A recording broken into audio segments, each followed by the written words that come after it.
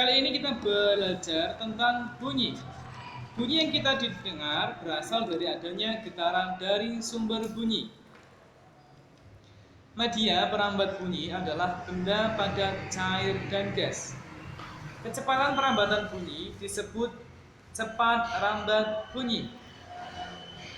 Lanjut.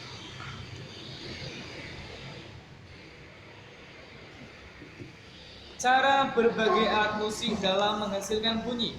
Contoh dari alat musik ada banyak sekali.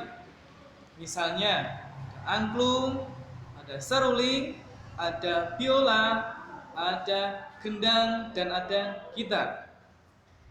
Di sini saya membawa sebuah contoh alat musik yaitu tifa. Dan juga ada alat musik yang pertama adalah angklung. Angklung dapat menghasilkan bunyi dengan cara digetarkan atau digoyangkan, ya. Contohnya seperti ini. Saya menggunakan alat musik lain karena di sini tidak ada angklung.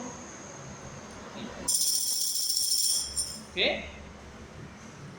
Benda ini dapat menghasilkan bunyi karena kita goyangkan seperti ini. Kemudian yang kedua, alat musik tiup. Contohnya adalah seruling. Pastinya kamu pernah melihat seruling, ya. Misalnya dalam pertunjukan musik dangdut misalnya, biasanya menggunakan seruling sebagai salah satu alat musiknya. Yang ketiga adalah alat musik gesek atau biola. Biola, pastinya kamu pernah melihat biola. Biola dimainkan dengan cara digesekkan agar dapat menghasilkan bunyi. Contoh yang keempat adalah gendang. Gendang dapat menghasilkan bunyi atau dapat berbunyi dengan cara dipukul. Di sini saya memberi contoh alat musik lain yang sama-sama dimainkan dengan cara dipukul, yaitu adalah tifa. Ini ya, contohnya. Oke.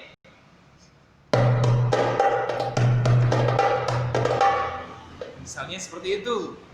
Kemudian yang terakhir adalah gitar. Gitar dimainkan dengan cara dipetik. Dipetik itu dipetik ya. Gitar, kamu pasti tahu yang namanya gitar itu apa. Oke? Lanjut.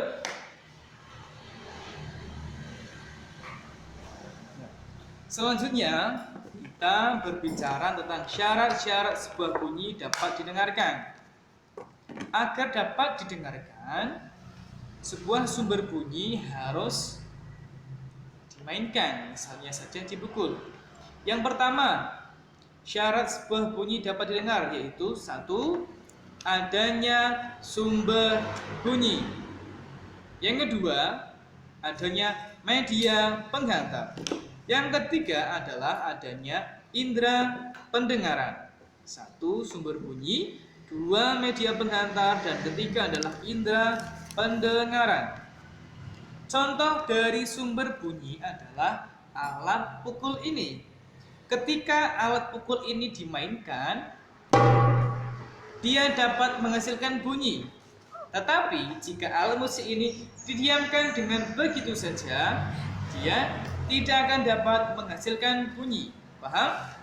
Oke. Sekarang selanjutnya adalah media penghantar bunyi. Media penghantar bunyi ada 3. Yang pertama, media padat. Yang kedua, cair. Yang ketiga adalah gas.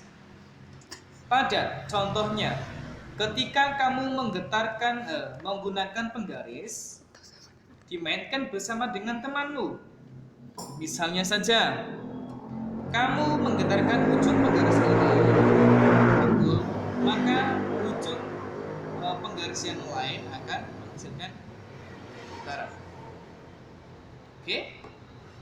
Yang kedua, contoh dari benda cair. Ketika kita berenang di kolam renang atau di sungai misalnya, Salah satu temanmu dia apa ya? Gini, sebuah batu, apa itu namanya ya? Memukulkan sebuah batu dengan batu yang lainnya dalam air. Ya. Di sisi yang lain, kamu pasti bisa mendengarkan suara ketukan banyu itu.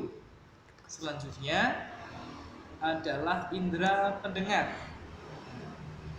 Kita memiliki indera pendengar yang namanya telinga. Kuping juga bisa, telinga gitu ya. Telinga. Dengan telinga kita dapat mendengarkan berbagai suara atau bunyi dari benda-benda. Misalnya saja ini ya, itu ya. Lanjut.